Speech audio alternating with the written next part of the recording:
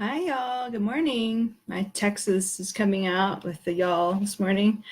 It's Thursday, and it's time for the weekly Facebook Live. So if you're new here or if you're joining us that you haven't been on live before, welcome. So today I wanted to talk a little bit about helping kids unplug from electronics because I know this is just a constant struggle for most of us. And the whole idea with the Parenting Against the Grain group, one of the kind of mantras, I guess, is helping us figure out ways for our kids to use technology in age-appropriate ways and healthy ways and have some balance. This is not one of those groups where, I'm just against all technology. And I think most of us in here understand that there has to be some balance, and it's trying to figure out how to get that balance is the tricky part, I think, with parenting sometimes in our digital age. So that's one thing I wanted to talk about. I have two new articles up this week if you haven't checked out the blog. One is on my blog, and then the other is a guest post I did for one of my blogging friends, and that blog is called Nurture and Thrive, and it's excellent if you have not checked that out, and I will post the links to those articles once I'm done here.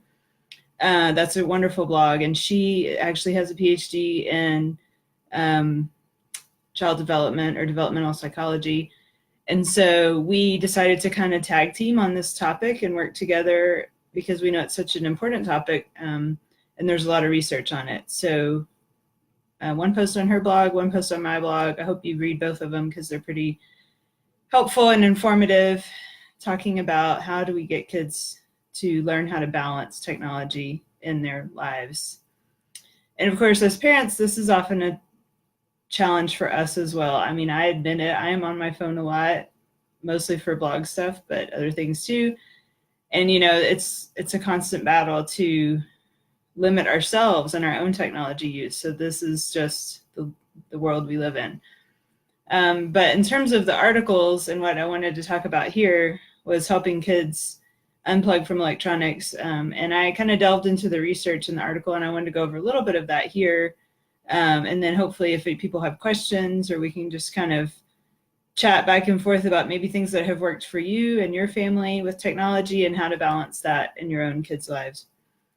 So the first kind of issue I think that comes up, sometimes at least, is what is it about electronics that make them so appealing to kids? Some of it's kind of obvious, right? They're fun, they're novel, they're different, they change all the time. I looked into the research a little bit, and so there are a few issues that came up. First of all, is dopamine. You guys are probably familiar with this chemical in the brain that kind of fires when you're doing something enjoyable, right? It could be anything, eating ice cream, going for a walk, whatever makes you feel good, you get a little pump of dopamine in your brain. Well, electronics, that is just even more so. When the kids are playing games or whatever it is they're doing on the screen, especially games, I think this is more of an issue, but you get this little ping of dopamine in your brain that helps you feel good. Okay, so then you want to play it more and you get a little more dopamine, right? So there have been some articles in the media, you've probably seen these, where they equate video games and electronics to like an addiction in terms of like almost like a drug addiction, right? The dopamine rises and the kids want to do it more. And so yes, there is a rise of dopamine when kids play video games or screen games, electronics. But from what I have seen in the research, when you look at kind of more balanced picture, the rise of dopamine is not anything compared to like a drug addiction. Okay, so I think those articles where it's like, putting your kid in front of a screen is like giving them heroin, I think that is a little extreme, and I don't think that that is quite the correct interpretation of the research when you look at what the levels of dopamine are.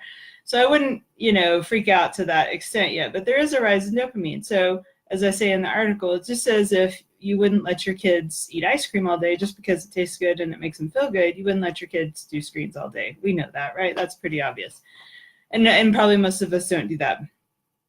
But there is this little dopamine hit that people get, and we get it too as adults. When you see you get a text message and you're like, oh, what is that about? Or you're checking your email and you're waiting for some big news or something, you get that little hit of dopamine too. So it happens to everybody.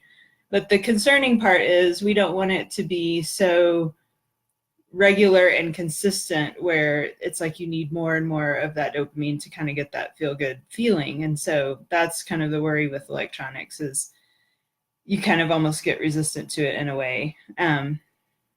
So there's that issue. That's one reason they're appealing, is because of that brain chemistry. The other part that makes them appealing to kids especially is sort of these built-in reward systems in a lot of these games.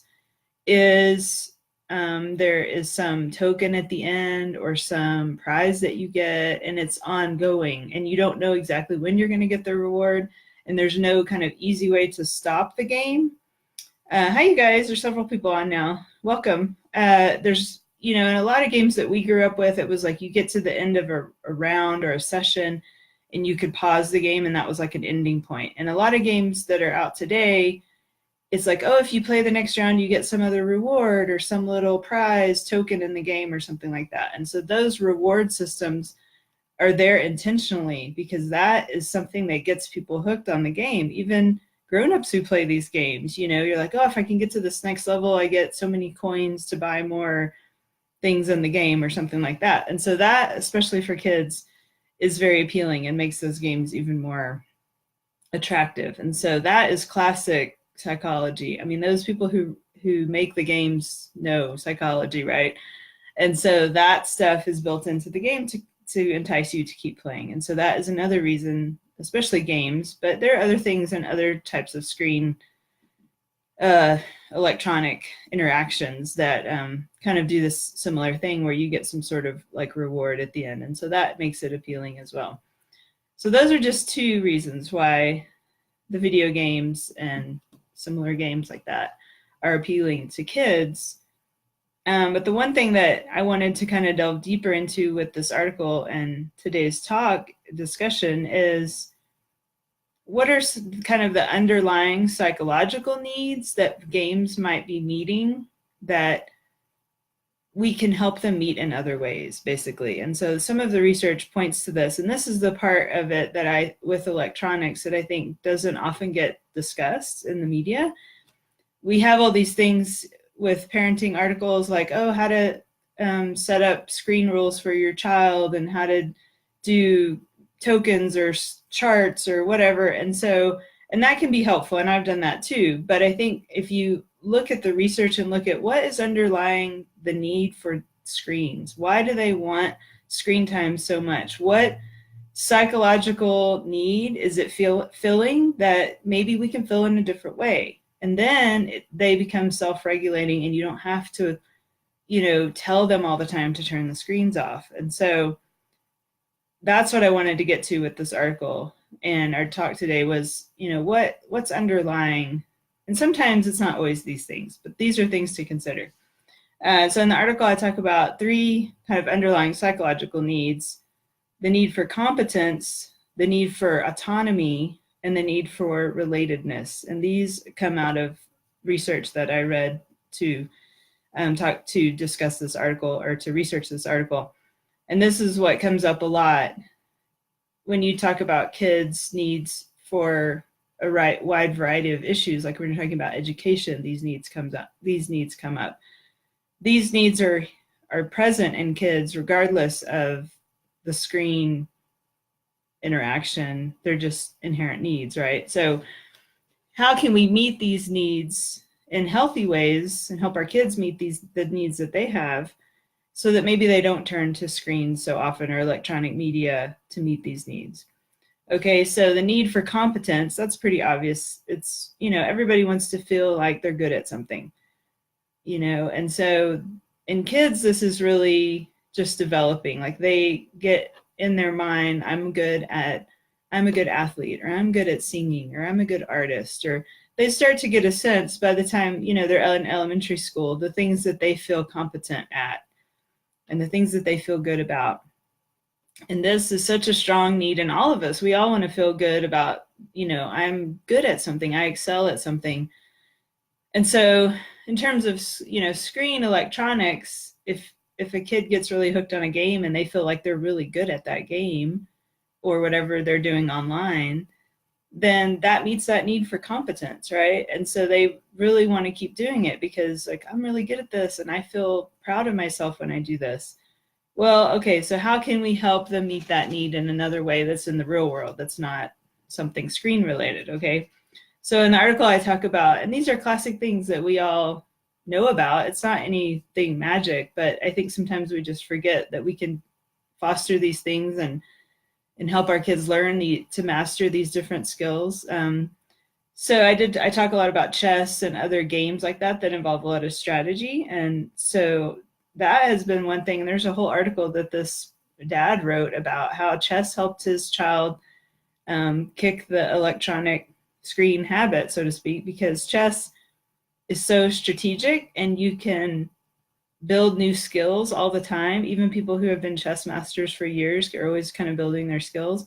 And so kids get a lot of excitement and interest out of that because they're like, oh, I can learn so much strategy that I can beat my dad or my grandpa or my aunt or whoever is older and maybe more experienced at the game. And they get a big kind of thrill out of that. Like, oh, I'm only 8, but I can beat my dad who's 40 or whatever. So that actually has worked in our house quite a bit. My younger son is 6 and he learned how to play chess last year, basically from his older brother, because I didn't know how to play chess very well. And he goes through phases. Right now he's not into it as much, but there for a while he was so into chess and he wanted to play the minute he woke up in the morning, and he was learning all the rules of the game and how to do strategy, and he did chess club at school. He completely ignored any screen games for weeks and weeks because he was so into learning chess. So I know it sounds kind of old school and like, oh, that probably won't work, but it has worked. And it might not work for everybody, but kids can get hooked on these, what I would call old fashioned. I mean, it's been around for centuries, but these sort of classic strategy games provide some of that same sense of competence once they learn the rules. And it takes a little time for them to get into what the rules are and how to play, but they can really get into that stuff. And it's not,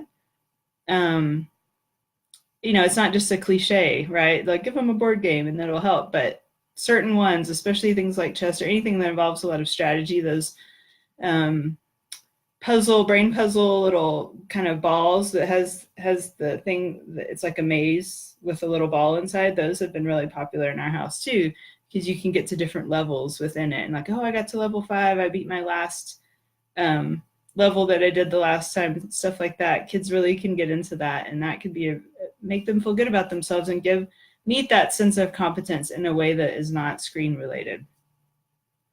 And I did talk about sports in the article. So you guys know, if you've been on here before, parenting against the grain, I talk a lot about free play and not having too many organized activities. And that's totally true. And that can meet a sense of competence as well.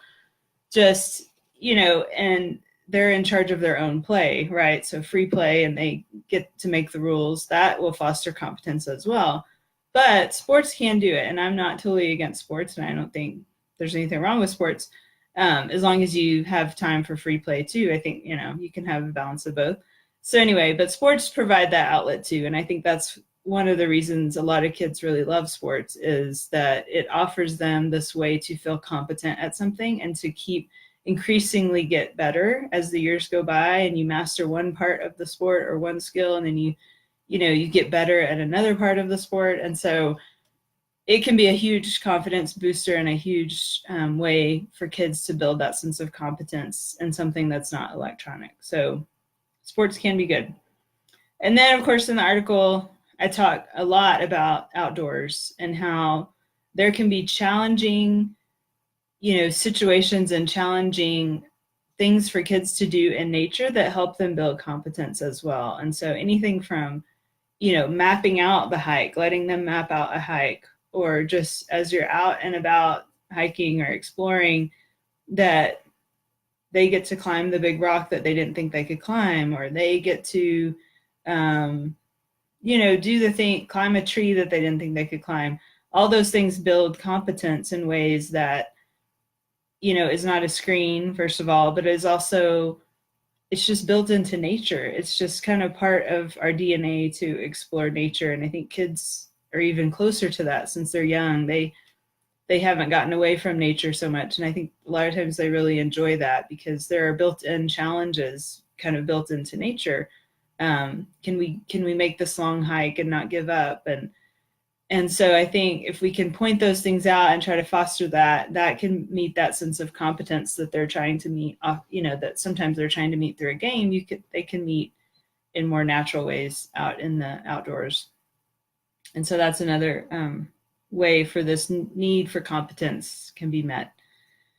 Okay, the other, if people have questions, chime in. I can try to answer if anybody has any. So the next other need that I talk about in the article is the need for autonomy. And so you see this very young with kids, right? Even a little 2-year-old, they want to be the one to do it. Me do it. How many times have we heard this from our toddlers? Me do it, me do it. Whatever it is, opening the fridge or opening the car door or building up the stack of blocks. This need to do it themselves is very intense, especially at certain ages. So video games and screen electronics sometimes are enticing because they meet that need. They get to do everything themselves in the game. They get to control the character or the scenario or what happens or anything like that. So that, again, is why sometimes the video games and the electronics are appealing, is because they need that sense of autonomy. They get to be in charge. So if we can help them meet that need in another way. Now this, of course, is very dependent on age because a 2-year-old can't be in charge of a lot of things. But, as your kids get older, they can be in charge of more things and meet that sense of autonomy. So if you're going out on a hike or if you're going out on some sort of exploration, maybe, or camping or something like that, maybe if you have an older child, they can kind of set the menu or set the agenda, pick out the trail, map out the route, anything like that. Even on a road trip, like, okay, you're going to map out the route from X to Z, whatever. Anything like that that can build some sense of autonomy that they are doing something themselves. And I know in the article I talk somewhat about chores, and this does help. No, a lot of kids don't like chores, but and sometimes we parents find it a drag to get our kids to do chores, but they do meet that sense of autonomy and they get to do stuff themselves. And so it doesn't have to be boring stuff, Sometimes kids get really excited about helping in the kitchen, learning how to do something that before was only for adults, like cutting fruit or things like that, we've gotten these kid-safe knives before, and that has helped. Like, they really want to learn how to cut something, but you don't want to give them a real knife. Okay, there's kid-safe knives you can give that they can at least learn the technique of cutting, and that makes them feel like I'm really doing something on my own. Simple things, like we have a coffee maker that uses the little pods, and my kids love making tea or coffee themselves for either me or maybe for themselves. I don't drink coffee, but maybe tea or something like that. Just getting to use the machine, right? That it seems simple to us, but that is building some sense of autonomy that otherwise might be met in some sort of electronic format, right? Okay, so it's simple things. It's not anything that is magical, but anything that we can do to help them feel like they're independent and feel like they're doing things on their own. Yesterday was a good example in our house. My son is almost 10. He wanted to ride his bike with a friend across the street to a pizza place. And we had not let him do that before. But he really wanted to do it, and he had a walkie-talkie with him to communicate with me, and it was in the range of the walkie-talkie, so like a mile or less probably. But he did have to cross the road, on his bike with a friend. So I said, okay, we'll give it a try. And he had money if he wanted to buy a snack. And so he kept in communication using the walkie-talkie. He biked across the road with his friends at the pizza place. They had some pizza. He bought it himself with his own money. Came back. Everything was fine. But I was pretty nervous, I have to admit, that he had never done that before. But it's one of those things where he felt so proud of himself doing that by himself. And he was in such a good mood after that. And you can just tell it built his confidence. And so I think anything we can do, in an age appropriate way that's safe to allow our kids to build that sense of autonomy that I can do things for myself, then that is meeting a very strong need that they have. And then maybe those needs don't have to be met through electronics. And so again, this gets all, comes back to this sort of underlying psychological needs that perhaps electronics are trying to meet, and how can we meet these in more real world ways so that maybe the pull of the electronics is not so strong. Okay, and then the last one I wanted to talk about was the need for relatedness or connection. So a lot of these games now, online games, have this social piece to them. Well, of course, there's just social media. If kids are, maybe older kids, teenagers, are on Facebook or Instagram or Snapchat or any of those things, that is definitely part of the enticement, is this sense of connectedness with friends, feeling like they matter, feeling like their story matters. That is the big draw, part of the big draw of those apps. And now some online games have that too. I know my kids have tried to play Roblox and things like that, and they have friends that play it. And part of the appeal of those is that there is an online chat where you interact with your friends. So, that is meeting that need for relatedness and connection. If we don't want them to meet that need in that electronic format, then we have to allow and set up ways for them to meet that need in the real world. As kids get older, this in some ways becomes harder and easier, I think. With my 9-year-old, he has a lot of friends in the neighborhood, so they meet up, and that meets that need for relatedness. They meet at someone's house and just hang out, play, or go for a bike ride or whatever. If you live in an area where that's not as feasible, if your friends live across town, or, kids don't have, if you don't have a way to transport them back and forth, you don't want to be taxiing them around, then that becomes a little harder for them to meet up in real life. But I think anything that we can do, maybe, take turns with another parent meeting at a park or meeting at someone's house, anything that you can do, I think, to help them meet that need for friendship and connectedness. Because yes, they want to be connected to us, and that's important for us to have time with them. But as they get older, and I've seen this with my 9-year-old, the role of friends really does become really important to them. And there's no denying that. We can't try to ignore that need that they have for friendships. And so whatever we can do to foster that, in a healthy way, is helpful for them to not be drawn into that screen world of friendships, so that they have real world friends that they can meet up in real life. I think that is really helpful. And I mentioned in the article, there's, I saw this post, I think I posted it in here, where this family had set up a rule in their house in a basket where when kids come over to their house, this is more teenage years, but when kids come over to their house, they put all their phones or devices in this basket, and the kids are kind of forced to talk to each other, right, in real life.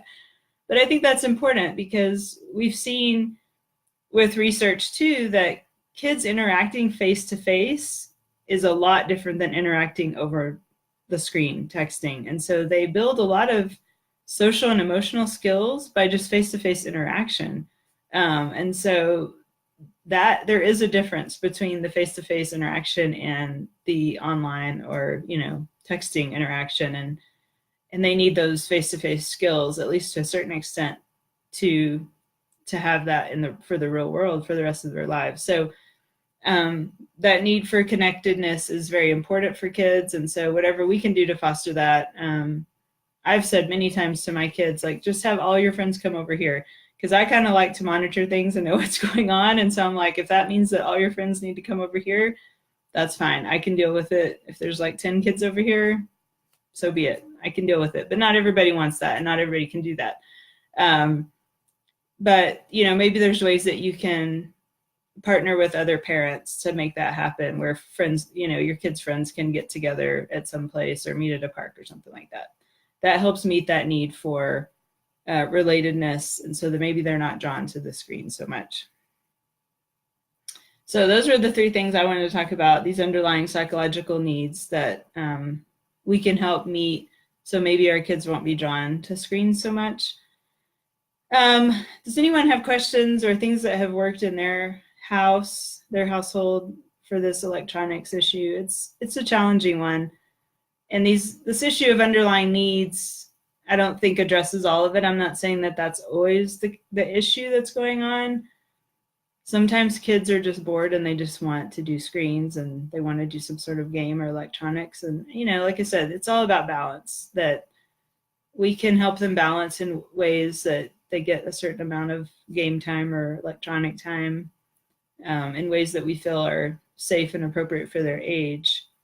But then there has to be these other outlets so that these other needs are met. I think that the games are inadequate really to meet all those needs, and sometimes kids are drawn to the screen games and friends are doing it and all that, but meeting those needs in real life in the long run is what's really going to help them. Does anyone have ideas or things that have worked for them? We have done charts and, you know, getting a certain amount of time per day on electronics. We've tried a lot of different things. Some have worked, some haven't. When the weather is warm outside and they can go outside, usually they prefer that, and I prefer that, obviously. The winter is a lot harder, and I don't know if you guys have seen that with your own kids. When the weather's cold and you can't be outside, the draw of the electronics seems like it's a lot more, and so that becomes a hard issue because there's only so many things that you can do in the house, and there's only so many ideas you can come up with to entertain them. So that is hard. So if anybody has other ideas, chime in, or we can chime in later if you're watching later. So I'll post those 2 articles in here. And if anyone has questions later, if you're rewatching this later, and go ahead and drop them in the comments and I will get back to them. So I hope this was helpful, and please post any questions or comments. I will check back, and I hope you have a great Thursday. Thank you.